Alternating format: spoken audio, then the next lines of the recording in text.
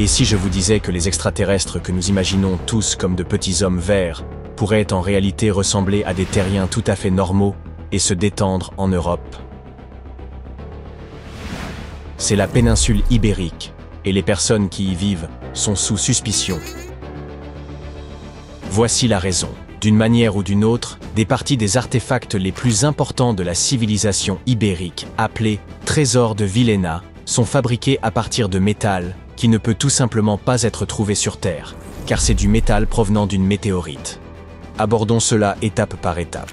Voici l'artefact lui-même, trésor de Villena, et il est composé de 59 objets différents. Des bols, des bouteilles et des bracelets. Y a-t-il un motif là, avec tous ces baies?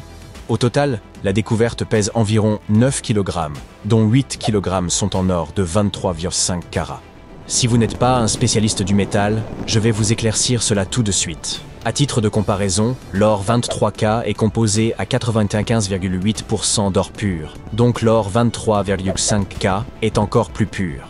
Le pourcentage restant correspond à d'autres métaux qui aident à ajouter de la résistance et de la durabilité à l'alliage précieux. Il y avait aussi de l'argent, du fer et de l'ambre dans cet ensemble. L'artefact aurait pu être assez simple, mais pour ces deux-là, appelons-les imposteurs. Regardez ce bracelet en fer forgé et cette hémisphère creuse. Voyez-vous cela? Ces lignes rouillées sur l'hémisphère et la couleur étrange du bracelet se démarquent vraiment, puisque tout le reste est constitué du plus pur or. Tout a commencé en 1963, lorsqu'un chercheur a remarqué un métal sombre plombé parmi les bols et bouteilles brillants. Le métal était brillant à certains endroits et recouvert d'un oxyde d'apparence ferreuse qui était principalement fissuré. Pour que vous compreniez bien, l'or ne se comporte généralement pas de cette manière. L'or est l'un des métaux les moins réactifs. Il ne se ternit donc même pas, encore moins rouille. Pour déterminer d'où provenait ce fer suspect, les chercheurs ont utilisé la spectrométrie de masse, qui examine le rapport masse-charge des molécules. Leurs découvertes ont montré que le nickel dans le fer est similaire à celui que l'on trouve dans le fer météoritique. En termes simples, le bracelet et l'hémisphère sont d'origine extraterrestre. L'âge exact de ce trésor est difficile à déterminer, mais il est crucial. Nous devons connaître l'âge exact pour voir s'il coïncide avec le début de l'âge du fer dans la péninsule ibérique. Si c'est le cas, alors pas de questions supplémentaires ici. Mais si ça ne l'est pas, eh bien c'est pour le moins étrange, sinon suspect. Donc, il existe ce système des 3 âges. Il se compose de l'âge de la pierre, puis de l'âge du bronze, et enfin de l'âge du fer. L'âge de la pierre n'est pas important ici. Comparons les âges du bronze et du fer. L'âge du bronze a commencé lorsque l'on s'est rendu compte que la combinaison du cuivre et de l'étain produisait un matériau plus durable que chacun de ces métaux pris séparément. Cette ère était entièrement consacrée à de grandes améliorations des outils et des armes. Mais 2 inventions majeures se sont distinguées, les systèmes d'écriture et la roue. Puis vint l'âge du fer. Cette période était entièrement consacrée à l'introduction progressive du fer dans la vie quotidienne. Le fer était beaucoup plus facile à modeler en designs astucieux que le bronze. C'était important parce que le fer, surtout lorsqu'il était transformé en acier, apportait des améliorations significatives dans tous les aspects de la vie.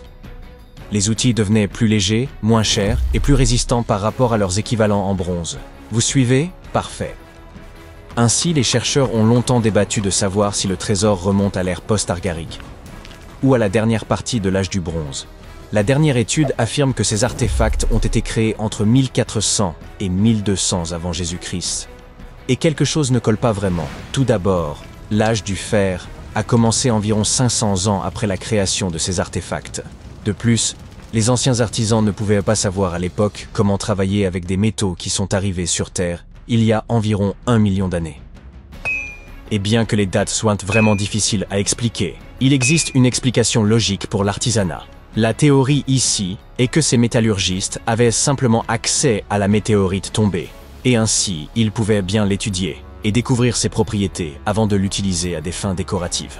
Ils auraient pu le découvrir par essai et erreur, et une fois qu'ils savaient exactement comment travailler avec ce métal extraterrestre, ils ont procédé à orner les artefacts avec lui. De plus, il y avait les Phéniciens qui ont contribué à leur artisanat. Il est vrai que les peuples ibériques travaillaient le métal et fabriquèrent de la poterie bien avant que les Phéniciens ne s'installent sur la péninsule. Mais l'arrivée de nouvelles techniques de travail des métaux et l'introduction du tour de potier leur ont permis de produire des biens de meilleure qualité beaucoup plus rapidement qu'auparavant. Alors, nous avons découvert les origines extraterrestres des artefacts ibériques, mais devinez quoi? Cette zone est toujours suspecte. La raison en est la langue qu'ils parlaient.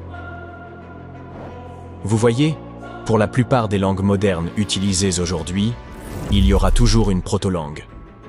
Par exemple, pour l'italien, l'espagnol et le français, c'est le latin, d'où leur similitude. Mais attendez, l'ibérique était largement parlé, là où se trouve l'Espagne moderne. Pourquoi l'espagnol n'y ressemble-t-il pas? La vérité, c'est qu'aucune langue aujourd'hui ne ressemble à l'ibérien, peut-être seulement le basque, mais c'est en raison de quelques similitudes trouvées dans leur système numéro. Le basque est classé comme une langue isolée, ou simplement non apparentée à toute autre langue connue, et la seule langue isolée en Europe. La langue ibérienne est non classifiée. Bien que les écritures rédigées en elle aient été déchiffrées à divers degrés, la langue elle-même reste largement inconnue. Et regarde l'alphabet qu'avaient les Ibériens, on dirait qu'il n'appartient pas vraiment à notre planète. Oh, attends un peu, celui-ci pourrait être un peu tiré par les cheveux. Quand les Phéniciens sont arrivés sur la péninsule, ils ont apporté leur alphabet pour les Ibères. Mais honnêtement, les Ibères n'étaient probablement pas enclins à simplement copier le système d'écriture de quelqu'un d'autre, alors ils l'ont modifié jusqu'à ce qu'il paraisse complètement différent. Disons juste qu'ils ont pris un peu d'inspiration et s'en sont allés avec. Bien que les linguistes puissent deviner dans une certaine mesure comment la plupart des caractères sonnaient, traduire réellement la langue reste totalement impossible. La langue ibérique était non indo-européenne et a disparu il y a plus de 2000 ans, et il n'y a pas de langue similaire restante pour nous aider. Super frustrant, n'est-ce pas? Nous avons plus de 2000 inscriptions ibériques provenant de tombes, de pièces de monnaie, de poteries, de plaques de plomb et même de gravures sur les parois des grottes. Mais à part une poignée de mots, nous sommes totalement dans le flou quant à leur signification. Si nous pouvions comprendre leur langue, nous aurions peut-être appris qu'ils étaient de grands penseurs et tout. Mais nous ne pouvons qu'admirer les œuvres d'art qu'ils ont laissées. La culture ibérique regorge de créations étonnantes réalisées par des artisans talentueux.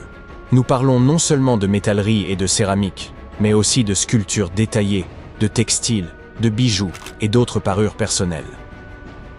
Mais voici le hic.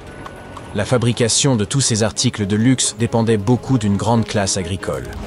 Au cœur de la société ibérique, la plupart des gens étaient impliqués dans l'agriculture et l'élevage du bétail. Selon l'endroit où vous vous trouviez, les types d'agriculture variaient. Par exemple, au nord, ils étaient entièrement consacrés à la culture des céréales, tandis qu'à Valence, ils se concentraient sur la production d'huile d'olive et d'autres aspects agricoles. À l'ouest, l'élevage était le centre d'intérêt. Cependant, nous n'avons pas beaucoup d'informations sur la vie quotidienne des nombreuses personnes effectuant ce travail essentiel. À l'inverse, nous en savons beaucoup sur la classe supérieure de la société ibérique qui contrôlait ses ressources agricoles et engageait les artisans. Dès le 7e siècle avant notre ère, nous commençons à observer un groupe de princes ibériques qui vivaient une vie de luxe, commerçaient avec les Phéniciens et profitaient d'objets de luxe sophistiqués. Vous pouvez reconnaître cette classe d'élite à travers leurs pratiques funéraires. La crémation était la méthode privilégiée pour les funérailles parmi les Ibères, et les individus riches étaient souvent trouvés dans les cimetières, avec toutes sortes de biens somptueux et de sculptures funéraires qui nous donnent un aperçu de la mode et des coiffures des riches. Fait intéressant, à partir du 6e siècle avant notre ère, il y a eu une baisse notable du nombre de sépultures reconnaissables, ce qui suggère que ces coutumes funéraires élaborées sont devenues plus exclusives à une petite élite. Pendant ce temps, le destin de la majorité, agriculteurs, artisans, soldats et ouvriers qui constituaient une grande partie de la population, reste en partie un mystère. Il s'agissait autrefois d'une civilisation assez avancée, mais elle a disparu sans laisser de traces. Les chercheurs pensent que cela pourrait être dû à un énorme tremblement de terre. Mais jusqu'à présent, nous n'en sommes pas sûrs.